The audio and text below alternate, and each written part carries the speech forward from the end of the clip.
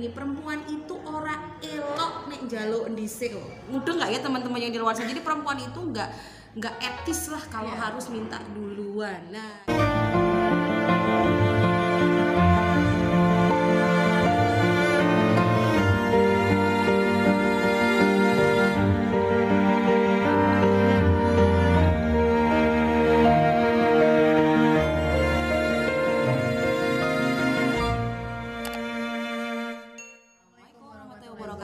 ketemu lagi dengan kita berdua di channel Ngopi obrolan santai dan menarik tentang motivasi, psikologi, edukasi dan pernikahan. Ya. Sama saya Desti M. Destiani dan saya Mbak Novi Resmi Ningrum. Oke, ketemu lagi sama kita berdua di channel kita ya, Ngopi. Dan hari ini kita lagi di mana? Hari ini kita lagi di Serayu Cafe. Serayu Cafe itu cafe baru di, aku nggak tahu jalannya ya, tapi di dekat Mandala Krida ya, Sarayu. Nanti kepoin deh IG-nya ya. Nah, ini bagus ya, ini background di belakang ini nih, jadi keangkat nih, muka kita nggak bagus, backgroundnya bagus. Oke, good. Today kita mau bahas tentang sexless marriage. Masih tentang sexless marriage. Topik yang sebenarnya sudah kita bahas sih di channel di awal-awal ya. Dua channel awal ya. Dua channel awal kita sudah bahas dan sekarang kita mau bahas lagi. Nah, Bunda Desi, kenapa sih kita harus ngebahas tema yang sama lagi, ya kan? Dan harus kita ulang. Nah, seberapa penting sih tema ini sehingga harus kita angkat lagi? Ya, karena ternyata setelah kita share ya kemarin di YouTube, itu ada beberapa orang yang pengen dibahas lebih panjang lagi. Jadi bukan cuma 2 episode, tapi beberapa episode. Jadi kita mau berpart-part ini sexless marriage ya. Kalau nggak minimal berapa ya, 5 apa 6 gitu ya. Karena ternyata kenapa penting? Sebab di sebuah penelitian ini dari New York Times ya. Dia mengatakan di situ mereka sampai melakukan penelitian, kata kunci sexless marriage itu dicari 21.000 kali dalam sebulan. Jadi ketika kita searching kata sexless marriage itu menjadi pencarian pertama ya, keyword pertama itu kalau dalam penelitian yang diadakan oleh New York Times. Diadakan dalam New York Times dalam sebulan. Dalam 1 bulan loh itu tahun berapa Bunda Desi? Itu 2015. 2015. Sekarang 2020. 5 tahun kemudian kayaknya sih akan lebih banyak dibanding lebih sedikit sepertinya, karena ternyata saya juga banyak mendapatkan klien yang mengalami sexless marriage ini gitu ya.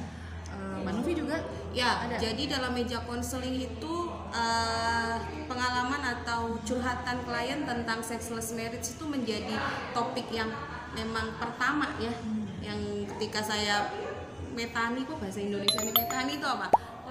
rapopola bahasa Jawa apa ya, di petani kasusnya apa, ketika kasus konseling pernikahan itu ternyata sexless marriage menduduki porsi yang pertama atau peringkat yang pertama. Kenapa itu bisa terjadi sih? Nah, sekarang kita mau bakal ngomongin lagi tentang sexless marriage lebih mendalam. Tapi sebelumnya ketika kita tadi sudah berdiskusi pentingnya kita bahas ini, yang kedua adalah sebenarnya apakah ada korelasinya nih antara kualitas dalam hubungan pernikahan, kita bicara hubungan seksualitas antara pasangan suami istri dengan kebahagiaan dalam rumah tangga itu. Menurut Mbak Desi gimana?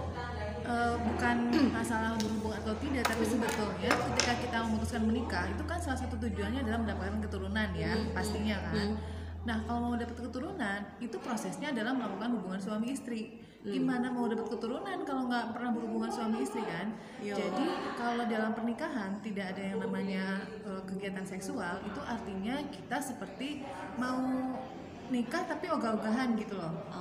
Jadi kayak ibarat makanan sayur tanpa garam begitu ya. Jadi menurut Mbak Desi ada korelasinya ya antara. Sebenarnya kalau sayur tanpa garam sih nggak apa-apa buat yang darah tinggi ya.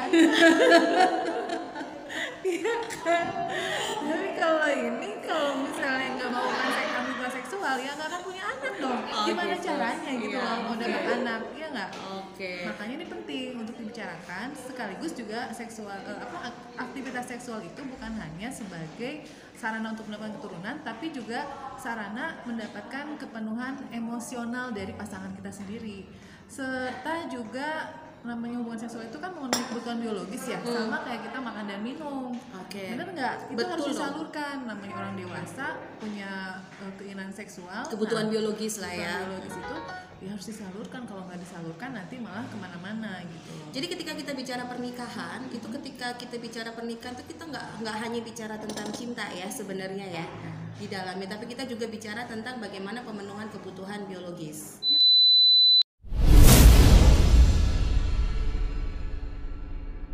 Oke. Nah, sekarang kita mau bahas lagi topik yang benar-benar mau kita pilih dalam tema ini, sexless marriage. Sebenarnya apa sih sexless marriage itu? Ada begitu banyak definisi tentang sexless marriage ya.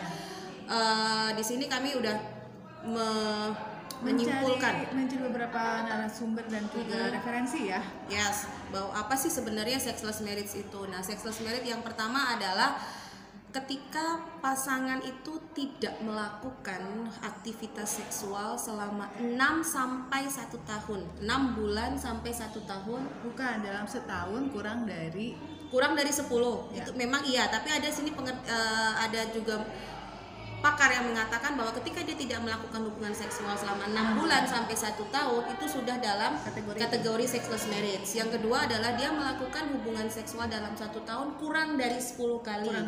Kurang dari 10 kali. Itu juga sudah dikategorikan sexless marriage. Tetapi dengan catatan bahwa itu tidak dikehendaki oleh salah satu pihak. Karena kalau misalnya tidak berhubungan tetapi dikehendaki oleh dua belah pihak, misalnya ya istrinya sakit atau suaminya sakit, oke, itu beda situasi.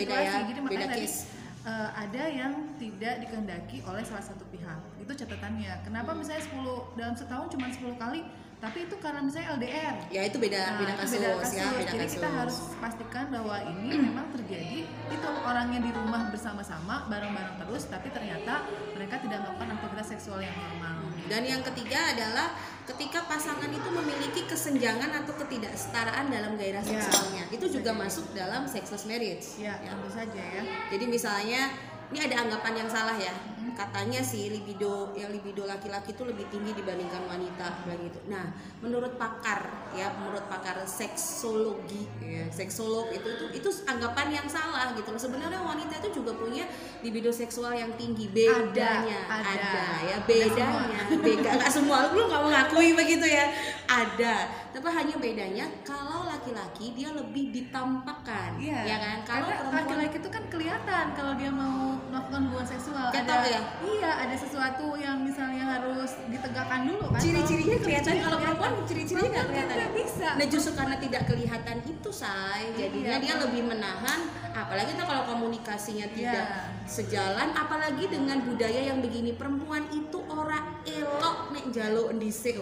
Mudah nggak ya teman-teman yang di luar sana? Jadi perempuan itu nggak etis lah kalau harus minta duluan. Nah, itu yang stereotip yang seperti itu ya, yang terkadang membuat ini salah satu dampak sexless marriage itu bisa muncul. Yang kedua, dan sexless marriage itu benar kata Bunda Desi tadi, ketika tidak berhubungan seksual kurang dari 10 kali dalam 1 tahun, tapi itu adalah permintaan dan ada yang protes dari salah satu pasangan. Maksudnya dia nggak merasa kurang dong, masa sih setahun cuma 10 kali. Nah, itu berarti sudah ada kondisi Nah, ternyata sexless marriage itu ada 2 tipe. 2 tipe. Yang pertama, ketika kedua pihak tetap merasa intim dan merasa tidak ada masalah meski jarang bercinta. Ya, ini kita bicara LDR lah ya, teman-teman yang LDR itu pengecualian. Itu tipe yang pertama, tapi tetap sudah masuk sexless marriage. Yang kedua, ketika satu pihak merasa khawatir dengan kehidupan rumah tangganya sementara pasangannya tidak. Nah, ini 2 tipe sexless marriage yang digambarkan seperti itu, Bunda Desi. Nah, iya, ada lagi istilah dari ini kan ngomongin tentang definisi dan istilah dulu ya. Ada lagi seorang pakar itu namanya Dr. Weiss. Dia tuh malah mengatakan katanya sexless marriage itu sama dengan anoreksia keintiman. Ya, ngerti ya anoreksia. Jadi ketika anoreksia, kalau yang hobinya diet ini tahu nih bahwa anoreksia itu salah satu gangguan atau disorder dalam perilaku pola makan ya. Ya, pola makan. Jadi perilaku yang menuju ke pola makan seperti itu. Anoreksia keintiman. Anoreksia keintiman. Jadi gimana itu ya? Kalau digambarin kan kalau orang lapar itu dia gimana, anoreksia itu kan kalau ini kayak orang kelaparan gitu ya. Iya, tapi kan dia kayak mengeluarkan makanannya lagi, dia nggak mau makan begitu kan, makan itu tapi harus dikeluarin lagi, harus dikeluarin lagi, harus dimuntahin lagi seperti itu kan. Itu kalau anoreksia ya. Terus ada lagi juga istilah dari Justin Lehmiller, seorang pakar dan peneliti di bidang seks, bahwa ketika kita bicara sexless marriage kita bicara SDD, sexual desire diskrepansi. Susah ya. Susah istilahnya, atau paling Indonesianya dibilang ketidaksetaraan atau kesenjangan gairah seksual antar pasangan. Nah, ketika kita merasa bahwa aktivitas seksual itu bukanlah sebuah ritual yang wajib. Nah, ini juga terjadi ya dalam kehidupan maksudnya rumah tangga. nggak wajib gimana? Jadi kayak gini lah, makanan itu wajib apa kebutuhan? Makan wes Mbak Desi, makan itu wajib apa kewajiban apa kebutuhan? Butuh atuh. Butuh ya, bukan wajib ya. Nah, ketika kita bicara hubungan seksual itu yang bukan suatu kewajiban, wajib aja enggak, apalagi butuh. Oh, I see. You know? Ya, you know. Jadi begitu. Yang hanya melakukan hubungan maksudnya seksual karena perintah agama melayani suami itu kewajiban. ya, Cukup itu ya, cukup titik. itu aja. Nah, kalau itunya aja nggak merasa, wajib aja tidak menjadi sebuah perasaan kita gitu, apalagi kebutuhan. Ya Kan, maksudnya kayak sholat itu kan kewajiban memang, ya kan. Tapi kalau hanya sekedar kewajiban, ya kita meninggalkan mereka biasa aja. Tapi kalau itu jadikan kewajiban plus kebutuhan, kita tetap melaksanakan. Dan kalau ketika nggak melaksanakan ada yang hilang, sama ketika berhubungan seksual. Ya seperti itu. Oke, itu kita bicara definisi. Udah paham ya berarti apa sih definisi sexless marriage? Nah, mulai di sini kalian teman-teman bisa nih mulai checklist. Ngalamin nggak sih di kehidupan rumah tangganya hal-hal seperti yang tadi kami utarakan. Yang kedua adalah tipenya sudah. Nah, ciri-ciri deh. Ciri-ciri coba dilihat. Nah, ketika udah bilang ciri-ciri itu lebih spesifik nih. Ciri-ciri kalian teman-teman yang dalam kehidupan rumah tangganya nih sedang mengalami kondisi sexless marriage nggak? Yang pertama adalah merasa bosan dengan pasangan. Aku pernah ngomong bosan ya.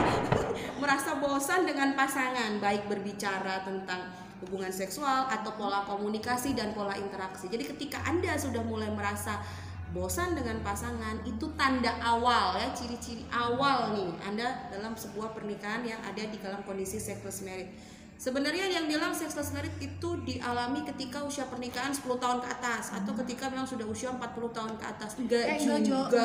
Aku kan pernah cerita di yang kemarin ya, di yang sexless marriage yang episode pertama atau kedua saya lupa. Tetapi ada kasus yang saya tangani sendiri, itu teman saya yang habis menikah langsung hamil, dia ketakutan sehingga 12 tahun kan waktu itu tidak melakukan hubungan seksual. Saking suaminya takut kalau hubungan lagi, hamil lagi gitu istrinya. Sementara ini ada yang referensi mengatakan ada juga yang 20 tahun tanpa melakukan hubungan seksual sama sekali. Itu nggak usah nikah aja, kenapa ya Kak begitu itu ya? Itu di 2 tahun, 3 tahun pertama pernikahan mereka. Jadi nggak harus lama, nggak harus di 10 tahun tadi Mbak Novi bilang, tapi ternyata ada juga yang di awal-awal sudah menjadi pasangan yang sexless marriage gitu. Sebenarnya gini Mbak, ada yang pernah bertanya sama aku, Mbak Novi, sexless marriage itu ada definisi pernikahan tanpa hubungan suami istri. Tapi juga dia bilang, apakah ketika kita menikah walaupun berhubungan suami istri tapi kita tidak pernah mengalami yang namanya rasa kepuasan, itu apakah masuk sexless marriage sih Mbak Novi? Nah, itu ada pertanyaan seperti itu ketika habis melihat video kita yang awal-awal itu, cuma mungkin beliau tidak berani untuk atau masih malu untuk komen ya di situ. Nah, nih menurut Mbak Desi gimana sih? Apakah sexless marriage itu hanya tanpa berhubungan atau ketika berhubungan tanpa dia ada titik kepuasan kayak gitu ya? Itu apakah sudah masuk ke dalam kondisi itu, Mbak? Jadi kita harus membedakan sebenarnya. Kalau sexless marriage itu kan kita ngomongin dulu tanpa seksnya dulu, tidak melihat kenikmatan ataupun kepuasan ya, tidak melihat itu. Yang kita bahas di sini adalah aktivitasnya, frekuensinya, aktivitasnya. Ya, ada nggak gitu masalah nanti di kualitas dia puas atau tidak itu perihal yang lain. Tetapi kenapa sampai dia, kalau orang puas, kalau orang selalu orgasme dalam hubungan seksual pasti kan ketagihan dong. Iya. Jadi candu kan, ya, dia nyandu ya. Kan itu kan kayak kita mengeluarkan hormon-hormon, melepaskan kita stres juga kan dengan melakukan hubungan seksual itu. Tapi kalau misalnya dalam hubungan suami istri hanya 10 kali dalam setahun, berarti kan ada sesuatu. Artinya mungkin si istri jadi merasa nggak enak gitu ya, males gitu, atau suami juga ngerasa itu bukan sesuatu yang penting misalnya gitu. Jadi bisa harus dibedakan dulu nih, tidak ngelihat dulu dia puas atau nggak puas. Kalau puas dan nggak puas itu beda lagi nanti temanya. Tetapi yang kita akan bahas sekarang adalah sebuah pernikahan yang di situ ternyata tidak ada aktivitas seksual atau sangat jarang gitu, dalam setahun hanya 10 kali lah minimal gitu ya. Jadi nanti kita akan jawab itu dengan topik yang berbeda ya. Jadi sexless marriage tidak bicara tentang tingkat kepuasan pasangannya. Tidak ngomong itu nanti kalau ya sudah terjadi dulu. Kalau sekarang kita ngomongin kenapa sih dalam pernikahan kok maunya itu kan nikah itu kita melakukan hubungan suami istri yang resmi, yang memang dihalalkan oleh agama maupun pemerintah gitu ya. Tapi kenapa setelah halal kok nggak dilakukan? Justru banyak yang tidak halal mau melakukan gitu kan. Itu yang aneh gitu. Udah halal kok nggak mau, padahal dapat pahala kan ya itu.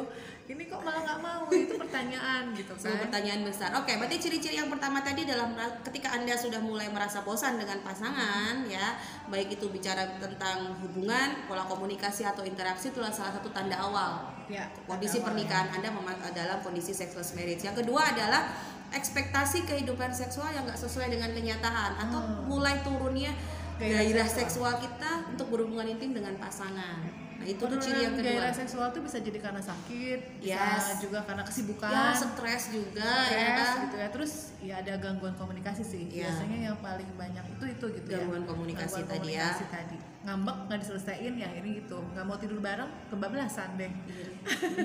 Terus yang ketiga adalah kehilangan ketertarikan fisik terhadap pasangan. Ini dia. Itu dia buat mamanya. Aku ngomongin mama nih di luar sana. Kadang-kadang gendut tuh bukan berarti nggak seksi loh ya.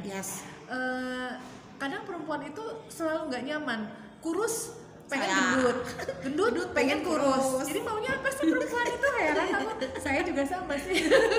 Tetapi begini ya, ketika kita misalnya di depan suami, ya kita harus pede aja bahwa badan kita itu yang paling seksi, yang paling bagus, yang paling menggairahkan untuk suami gitu loh. Kita tidak boleh menganggap aduh gimana ya ini perut, aduh gimana ya ini kok ada lipatan-lipatan, ini gimana ya. Gak usah mikir kayak gitu, udah kita eksplorasi aja tubuh kita semaksimal mungkin sehingga suami juga ngerasa nih ternyata istriku bisa seksi banget dengan meskipun badannya gendut gitu ya. Karena seksi itu kan gak harus langsing ya sebenarnya. Konsep Iya. seksi itu kan beda-beda. Iya, suami udah pernah menikmati saya waktu kurus, tapi kan sekarang juga suami harus menikmati saya lagi gemuk. Itu mah alibi. Jadi ciri yang ketiga adalah kehilangan ketertarikan fisik terhadap pasangan. Kadang begini, ketika kita sudah menikah, itu yang kita pikirkan ya begini, bagaimana memperoleh keturunan. Itu salah? Enggak salah gitu, itu benar. Nah, tapi ketika kita hanya berbicara masalah nanti dapat punya anak, punya keturunan, kita lupa ya, perempuan kadang sering lupa bahwa kita juga harus jadi liar dan harus jadi binal di atas ranjang ya. Jadi jangan yang pikir tentang bagaimana kita nanti jadi memperoleh keturunan. pisang Apaan coba kedebok pisang? Jangan jadi. Maksudnya kalau mau pisang tuh diem aja gitu loh. Terserah suami lah mau sebelah kiri, sebelah kanan, atas bawah, pokoknya saya diem aja. Sakarepmu. Nah, itu nggak boleh. Jadi saya pernah nulis di yang tulisan saya tentang sex after marriage ya. Itu yang pernah saya sharing juga. Di situ juga saya katakan bahwa jadi perempuan itu kalau bisa latihan Kegel gitu ya. Terus kemudian tahu caranya titik-titik di mana bisa merangsang suami gitu loh. Itu perlu dan penting sehingga meskipun tadi sudah misalnya puluhan tahun menikah, kita tetap merasa kok masih kayak yang dulu ya, kok kayak yang masih malam pertama ya. Nah itu gitu lah, itu kuncinya. Jadi emang harus kita nih sebagai perempuan ya, sebagai perempuan itu harus menjadi yang satu-satunya yang dipandang oleh matanya suami kita gitu loh. Itu yang kita harus kreatif seperti itu ya. Ciri yang keempat adalah adanya perasaan tidak percaya diri. Yang ini berhubungan dengan medis dan psikologis di antara pasangan tersebut. Medis jelas. Medis kita bicara ketika perempuan masuk ke fase menopause, itu dia akan turun rasa percaya diri dia. Itu yang pertama ya, ketika kita bicara medis. Terus ketika kita bicara medis dari pihak laki-laki hipotensi, terus ejakulasi dini dan yang lain-lain, itu masalah medis di situ. Terus ketika masalah psikis, itu begitu banyak masalah psikis yang membuat seseorang itu jadi boro-boro mau berhubungan seksual ya, mikirnya aja udah nggak mau, mikir ya. aja nggak mau, mikir nggak mau itu kan, mikir aja nggak mau. Nah ini jadi ketika 4 tanda atau 4 ciri-ciri ini tadi itu terjadi dalam diri kita ya. atau dalam diri pasangan kita dan dalam pernikahan kita, nah artinya kalian sedang dalam kondisi yang tadi kita bicarakan sexless marriage, lampu kuning. Ya, lampu kuning. Merah itu ya? Lampu kuning tuh hati-hati ya. Hati-hati. Tapi kalau di lampu merah, Anda jujur kalau lampu kuning hati-hati atau malah bablas. Ayo, jadi ketika sudah dalam kondisi 4 ciri ini ya terjadi. Jadi yuk kalian harus segera komunikasi dengan pasangan, itu yang nomor 1. Komunikasi sebelum kalian mau pergi ke psikolog, konselor, itu kalian komunikasi dulu dengan pasangan kalian. Jadi biar nggak kebablasan. Begitu ya. Mbak Desi ada tambahan? Sepertinya cukup. Nanti kita akan bahas lagi, kupas lagi yang lebih lengkapnya di episode selanjutnya. Oke, ya. itu dari kami berdua. Nah, kepoin terus, jangan lupa like, jangan lupa subscribe, jangan lupa komen, share. Kalau boleh nanya-nanya di sini di komen ya. boleh, mau nanya apapun boleh. Mau minta. promosi di channel kita? Boleh. Oke, jangan lupa juga follow IG kita berdua, nanti juga ada di sini. dalam video. Oke, thank you.